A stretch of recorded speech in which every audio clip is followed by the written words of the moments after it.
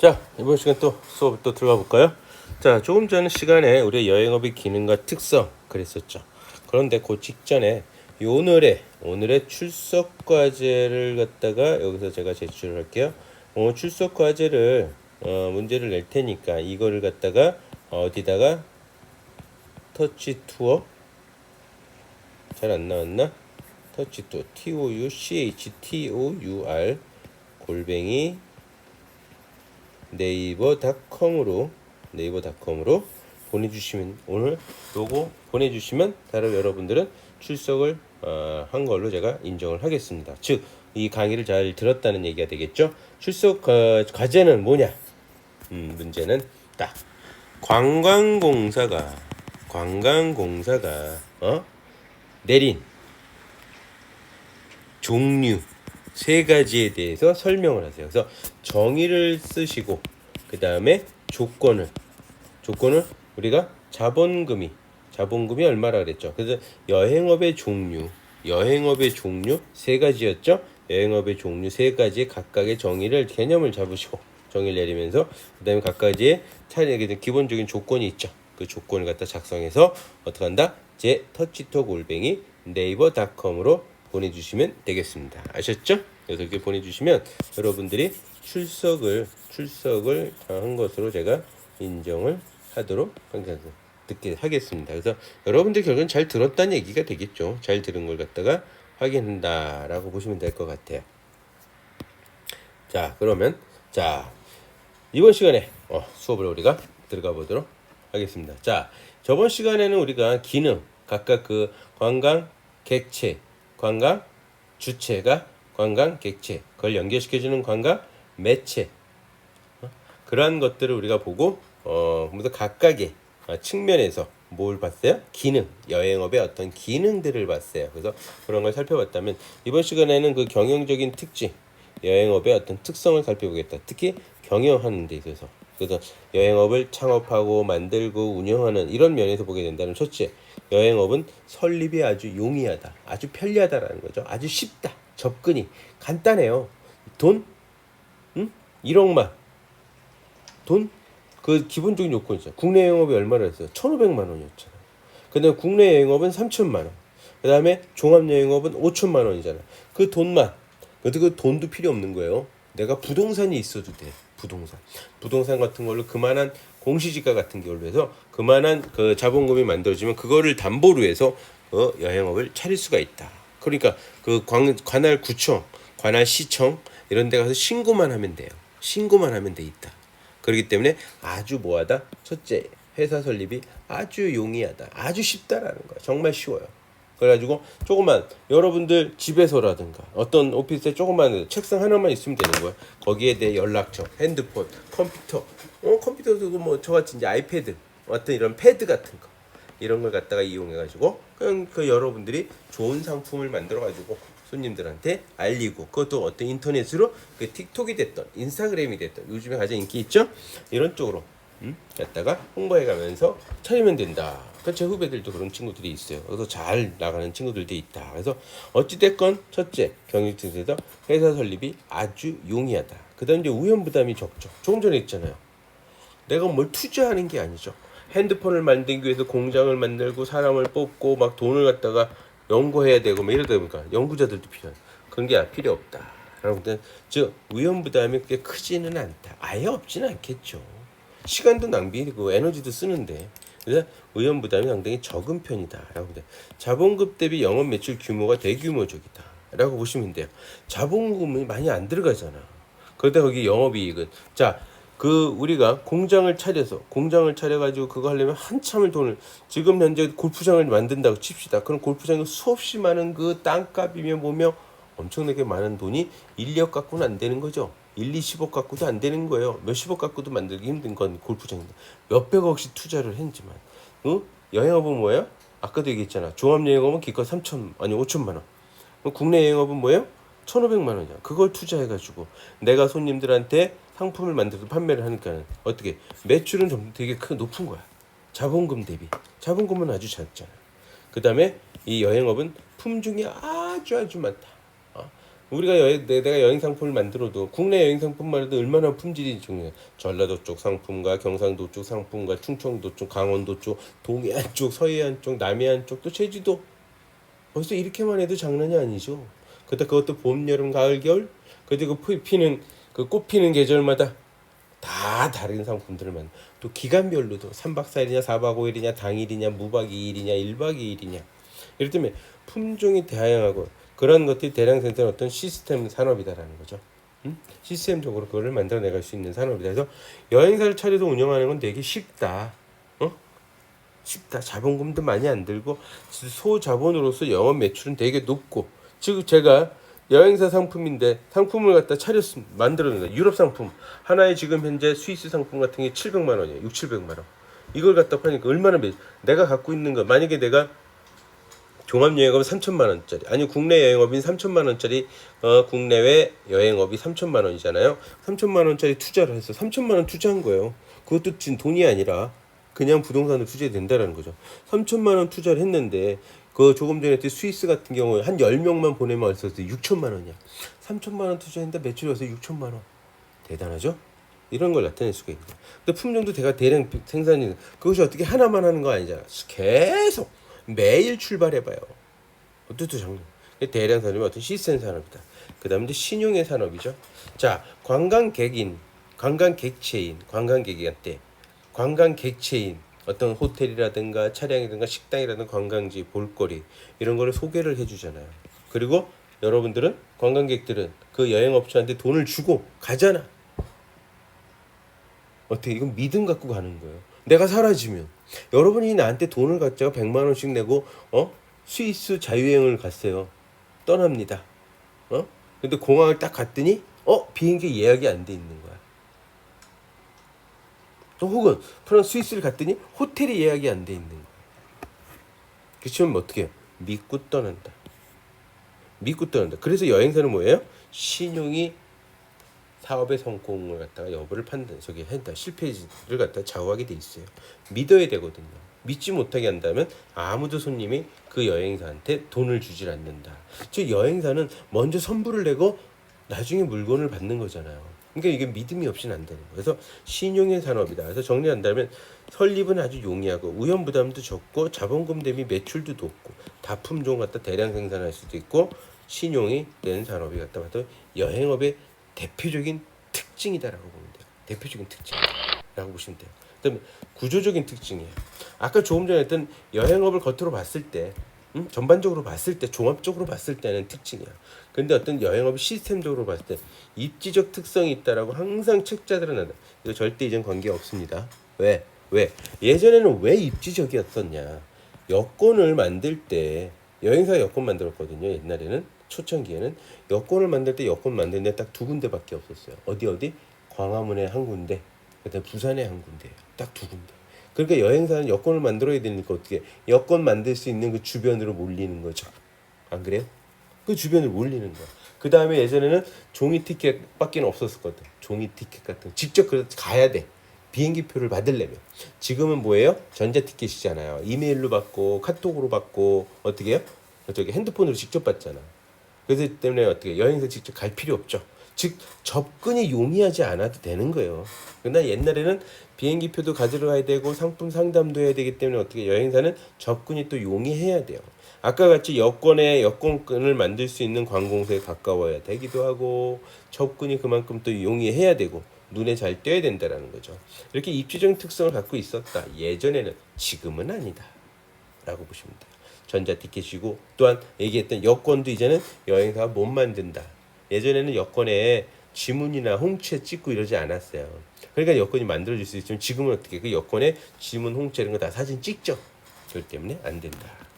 그다음 노동 집약적인 특성을 갖고 있는 것이 여행업이다. 여행 상품만 안내를 해주고 상담을 해주고 이러는 것이 다 노동 집약적인 한계가 있거든요.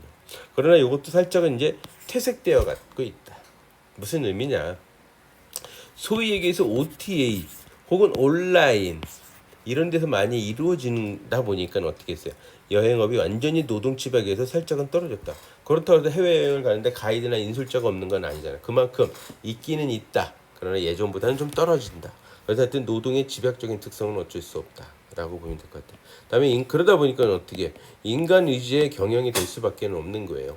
사람이 결국은 안내를 해줘야 되고 상담을 해줘야 되고, 응? 그렇잖아요. 그러다 보니까 인간 의지의 노동 집약적인 때는 사람을 상대로 노동 집약적은 즉 노동력을 제공하는 사람들이 인간이잖아요. 그 인간을 위해서 경영을 인간을 갖다 위주로 해서 경영을 해나가야 된다. 그다음 과당 경제의 특징. 요거는 뭐예요? 아까 얘기했던 특징 중에 하나인 거야. 이것 때문에 그 특징 뭐죠? 회사 설립이 용이하다. 어? 회사 설립이 아주 용이하다라는 거죠. 이 특징 때문에 회사 설립이 용이하다라는 거는 뭐야? 누구나 여행업을 시작할 수 있다. 그렇기 때문에 어떻게 해요? 많은 여행사가 생기고 있다. 지금 현재 우리나라에 보게 되면 코로나 직전에 나왔던 게 대략 22,000개 여행사가 있었어요. 22,000개 여행사. 요거는 간단하게 지금 여행업이 우리나라보다 20년이 앞당겨져 있어 시작이 됐으니까 20, 30년을 일찍 시작한 일본하고 비교를 해본다면 일본은 대략 10,000개가 있어요. 얘네는 대신 인구가 1억 2천이에요. 우리나라는 대략 인구가 5천이잖아요. 그럼 인구에서 벌써 2배 차이가 나죠. 근데 개수도 2배가 더 많아. 그러니까 최소한도 우리가 3배 더 과당 경쟁을 하고 있다라는 거죠. 4배. 4배 더 과당 경쟁을 하고 있는 것이 지금 현실이다라고 보시면 될 거죠. 즉 일단 첫 번째 그 원인은 뭐다? 진입 장벽이 되게 낮다.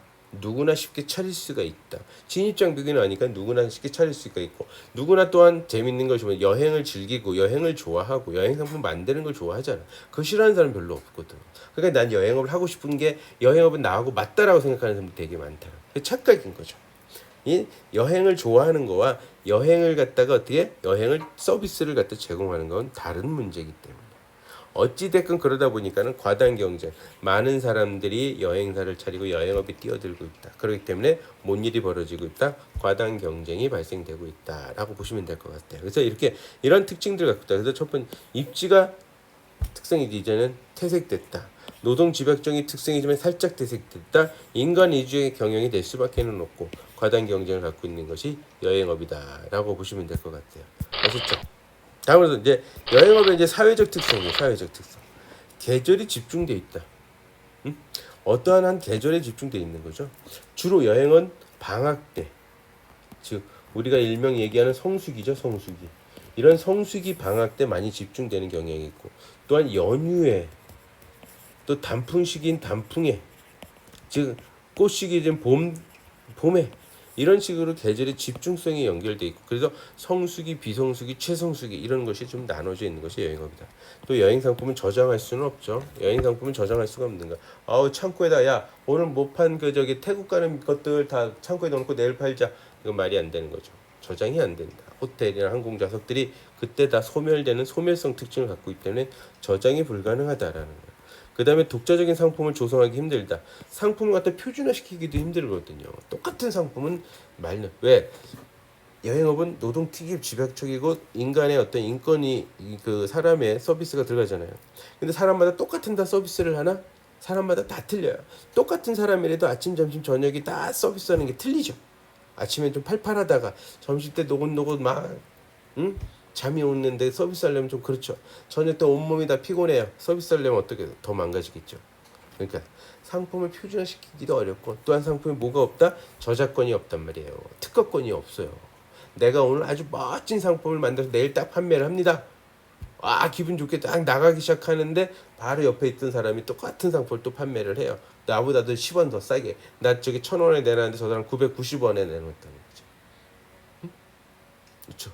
그런 것이 있다. 저작권이 없기 때문에 저작권. 특허권이 있거나 저작권에서는 뭐 남들이 못 따라오는데 그럼 내가 정말 기발하고 아주 그냥 대단한 거를 만드는 데 노력을 할 때는 그러지 못한다라는 거죠. 그다음 제품 수명이 단명이에요. 인기가 이렇게 많으니까 인기가 많고 제품 수명이 오래오래 왜? 일반적인 거 쌀, 필수품 먹은 거 또 먹고 싼 거 또 먹고 쓴 거 또 쓰고 쓴 것도 많죠. 그러나 여행 상품은 같은데 똑같은 걸 똑같이 하진 않아요. 두 번째 갈 건 뭐래도 달라져요. 호텔에도 달라져야 되고 식당에도 달라져야 되고 가이드에도 달라지고 비행기라든가 뭐 이게 조금씩 달라. 아주 똑같은 거를 똑같이 가라. 이거는 누구나 안 하죠. 그렇기 때문에 제품 상품은 어쩔 수 없이 단명성을 또 갖고 있고 또 여행 상품은 공익성을 갖고 있다. 공익성. 예. 이건 공공의 일정입니다. 그래서 여행사에서 종사하는 사람들 외교관이라고, 또 여행업 관광객들 다 또 외교관이라고 이런 표현들을 쓴단 말이에요. 이런 공익성을 가지고 있다. 많은 사람 저를 보고 즐기고 똑같은 거라. 관광 자원도 다 공익성이 된 거잖아요. 자, 광화문에 이순신 장군상을 보러 갑니다. 이순신 장군상은 다 공익성을 갖고 있는 거죠. 누구나 다 볼 수 있고 퍼블릭적인 개념이 있다. 그렇기 때문에 공익적인 특징을 갖고 있다 보시면 돼요. 자, 이런 역할 이번에는 이제 다음으로서는 방금까지는 어떤 기능 그리고 전반적인 종합적인 역할을 좀 살피고 특성을 살펴봤어요. 그 다음에 어떤 구조적인 시스템적인 특성까지 살펴보게 되고 이번에는 역할입니다. 이번에도 마찬가지로 크게 세 가지로 나눠본다면 첫째가 여행자 측면에 보면 신뢰성을 확보를 하는 것이 되게 중요한 역할이에요. 여행업이 신뢰성이 무너지게 되면 아까도 얘기했죠? 믿고 거래를 할 수가 없어서 쭉 망하게 되죠. 정보의 판단력에 제공해 주는 거죠. 아까 조속력, 제한력이라고 그러잖아요. 여기를 가야 되는데 내가 좋은 건지 나쁜지. 저 같은 경우도 저한테 그런 문의 전화가 되게 많아요. 우리 10명이 해외여행을 가고 싶은데 10월 달에 시간이 나 있습니다. 그럼 10월 달 같은 경우에 어딜 가는지 추천 좀 해주세요.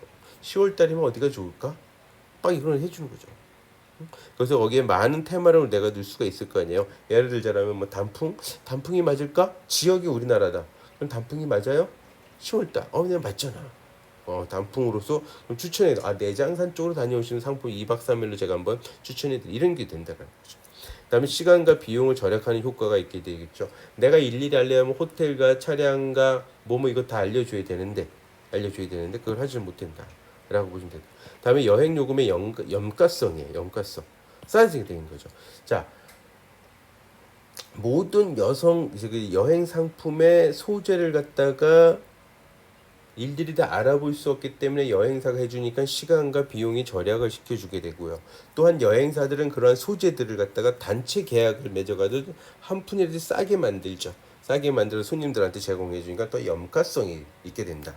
이런 특징을 갖고 있는 거죠. 그래서 신뢰성이라는 정보를 판단하고 시간과 비용을 절약해 주는 효과를 주고 있고 여행 요금을 갖다 저렴하게 만들어 주는 이런 효과를 가지고 있는 것이 바로 여행업의 하나의 역할이다라고 보시면 될 것 같아요. 그다음 경제적으로는 국제 수지 개선 효과가 있는 거죠. 국제 수지 개선, 고용의 효과, 그래서 이런 것들이 있다. 그래도 고용의 효과, 국제 수지. 자, 보세요. 세계 경제를 움직이는 관광입니다. 세계 경제를 움직이는데 전 세계 GDP 10%를 차지하는 게 관광 산업이에요. 전 세계 일자리 중에 한 개를 갖다 관광. 자, 산업이 되게 많잖아요. 근데 10%를 차지해. 그럼 대단히 높은 거예요. 보통 1%만 차지해도 엄청난 건데 10%를 차지하는 게 보다 관광이다라고 보시면 될 것 같아요. 관광이다. 이런 것을 특징을 갖고 있는 것이 바로 우리가 관광이기 때문에 우리 이 산업은 계속 발전해 나갈 수밖에 없는 산업이고 어떤 국제 수지를 갖다가 개선해주는 이러한 효과를 누릴 수도 있다라고 보시면 돼요. 더군다나 이것도 받쳐주는 것이 뭐예요? 인구가 5억 명이었다가 어떤 인구가 관광하는 인구가 5억이었다가 이제는 18억. 야, 3배 이상을 뛰고 시장이 그렇게 늘어난다는 거예요. 예전에는 1,000억짜리 시장이 3,000억이 된 거야. 그러니까는 많은 사람들이 이동하게 되는 거다 보니까 수없이 많은 그런 경제적인 효과, 거기에 따른 고용의 효과, 고용의 효과까지도 우리가 가질 수 있는 것이 바로 이것이다. 관광산업이다라고 보시면 되겠습니다. 아시죠? 그래서 이렇게 국제수지 그러니까 자원 절약도 할 수 있게 되겠죠. 왜? 이거 관광산업은 뭐 땅을 파가지고 자원을 갖다 이거 아니잖아요. 그렇죠? 그다음에 고용의 효과. 근데 국민 소득이 당연히 창출돼도 많은 사람들이 외국인이 우리나라에서 돈 쓰니까 어떻게 돈이 많아지죠. 부유가 되겠죠. 그걸 어떻게 다 국민들이 소득을 갖다 누릴 수 있는 상태. 다음에 재정 수입에 국가에 세금이 많이 들어오겠죠. 재정 수입이 늘어난다라고 보시면 되겠습니다. 자, 다음은 이제 사회적인 측면이야. 당연히 여행객들이 막 찾아다니면 자, 러시아 사람들이 한국에서 많이 왔다. 당연히 러시아가 우리가 알려지게 되고 그렇지 않습니까? 우리나라 사람들이 유럽 가가지고 많이 다닌다. 그럼 당연히 거기서도 뭘 느끼겠어요? 응? 뭘 느끼겠어? 야, 코리아 사람들 대단한 나라다. 우리나라까지 여행을 와가지고 돈을 쓰고 있네. 상당히 경제적으로 상당히 큰 이런 식으로 된다는 거예요. 어떤 공부 효과. 그다음에 국제 친선이 되는 거죠. 많은 사람들이 자꾸 보게 되면 호감이 가게 되고, 그럼 그 나라와 나라 경제적인 효과도 많이 누리게 되고, 경제적으로 비즈니스가 많이 이루어지게 되면 그 나라와 그 나라는 어떤 효과를 느껴요? 점점 가까운 나라, 형제의 나라, 뭐 이런 식으로 국제 친선의 효과도 누리게 되고. 다음에 균형된 지발 효과가 되는 거죠. 관광 자원이 개발이 되고 관광 상품이 개발이 된다라면 또 A 지역에서 B 지역으로 A 지역에서 B 지역으로 이동을 하잖아. 이동을 하게 되니까는 어떻게 A 지역 사람들이 B 지역 가서 돈을 쓰잖아요. 그렇죠? 그렇기 때문에 B 지역도 개발이 되는 돈이 들어오니까 재정 수입이 아까 얘기한 재정 수입이 늘어나죠. 그 지역 사회가 제 돈이 늘어나니까 투자를 하게 되니까 삶의 질도 올라간다. 그래서 진영된 지역 개발의 효과도 누릴 수 있는 것이 바로 이 여행업이다라고 보시면 될 것 같아요. 자, 끝으로 요번에는 우리가 알아봐야 되는 건 뭐다? OTA. 여러분들이 이제 OTA에 대해서 알아보는 시간이 될 것 같아요. 최근에 이런 것들은 이제 다들 책제 같은 데 이제 없는 거라서 좀 간단하게 어떤 학술적으로 저기 된 건 없지만 그래도 우리가 알고 지나가야 되는 게 OTA다. OTA가 뭐냐? OTA가 온라인 트래블 에이전시다. 즉 온라인 여행사예요. 온라인에서만 여행하면 여행사예요. 오프라인이 없는 거야. 오프라인이. 그래서 온라인 여행사 OTA다. 맨 처음 시작은 여행 대행이죠. 그래서 대표적으로 어떤 거가 있어요? 에어비앤비. 원래 B&B란 뜻이 뭐죠? B&B란 뜻이 블랙퍼스트와 베드죠. 블랙퍼스트. 즉 아침 식사와 뭐만 제공해? 침대만 제공해 주는 거. 간단한 아침 식사. 프라이라든가 식빵이라든가 토스트 한 개, 커피 한 잔. 뭐 이런 식으로 그런 식으로 갖기 시작되는 건데 그래서 하여튼 뭐 산업이 성공을 떠나서 어찌됐건 그런 식으로 예약을 대행해 주는데 좀 한정돼 있긴 해요. 아직까지도 사실 보게 되면 그렇지만 어찌됐건 간에 온라인 플랫폼을 기반으로 거기서 모든 것들을 이루려고 그곳에서만 업무가 완전히 완성될 수 있도록 그런 것들을 고수하고 있는 온라인 여행사를 바로 온라인 트래블 에이전시 OTA다라고 보시면 될 것 같아요. 이게 OTA다. 그래서 여러분들이 나중에 졸업을 하고 필드에 나가는데 OTA가 뭐지? OTA가 이러면 안 되겠죠. 그래서 OTA란 온라인의 전문 여행사라고 보시면 될 것 같아요. 그래서 OTA 정도를 아시게 되고 이 OTA의 우리가 특징을 좀 살펴보게 되면 이 OTA가 된 대표적으로 호텔스.com이나 익스피디아, 아고다, 이부커, 트리바고, 부킹.com 뭐 이런 것들이죠.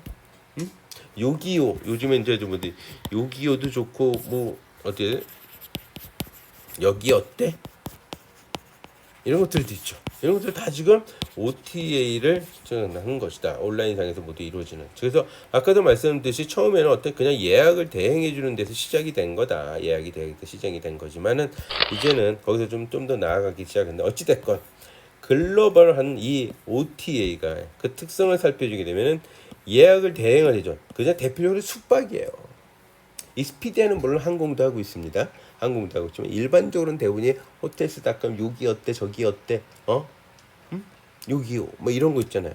다 숙박업소 예약을 대행해 주는 게 거의 주류다. 그리고 예약 대행의 대가를 수수료로 받는 구조다라고 보는데 요건 살짝 좀 말이 바뀌기도 해요. 조금 더 올리죠 가격을. 숙박업소가 7만 원에 주고 그러면 7만 5천 원에 판매를 하는 이런 개념도 있다. 요거는 수수료를 거꾸로 주기도 하지만 혹은 수수료는 안 주고 그냥 더 낮추게 7만 5천 원에 판매하세요. 내가 5천 원씩 줄게. 이것도 있을 수 있지만 난 7만 원만 주세요. 5천 원 내가 붙이든 말지는 알아서 하세요. 이럴 수도 있다라는 거예요. 그렇죠?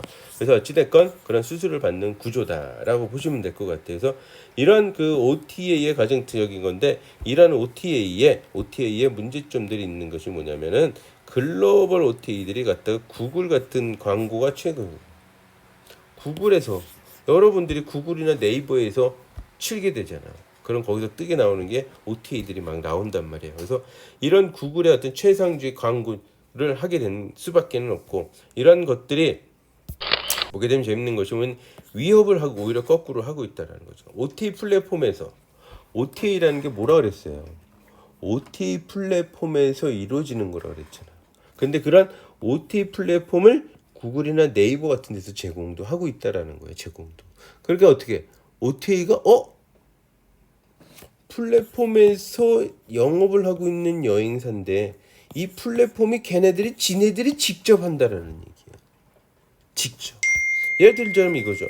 인천에서 여기 이제 나중에 여러분들이 항공 시간에 제가 좀 여기 항공에 관련된 업무를 좀 가르칠 건데 인천에서 후쿠오카 가는 비행기 딱 검색을 했더니 쫙 뜨잖아.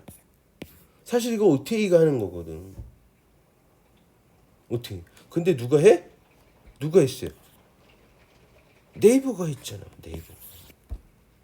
즉 네이버가 자기네가 그냥 OTA 플랫폼에서 제공해 버리는 거야. 구태여 항공권을 비교한다 그래서 항공권을 구매하려고 익스피디아에 가지 않고 그냥 네이버에서 때리는 거야. 땡 굳이 안 가고 그냥 구글에서 해버린다라는 거죠. 응?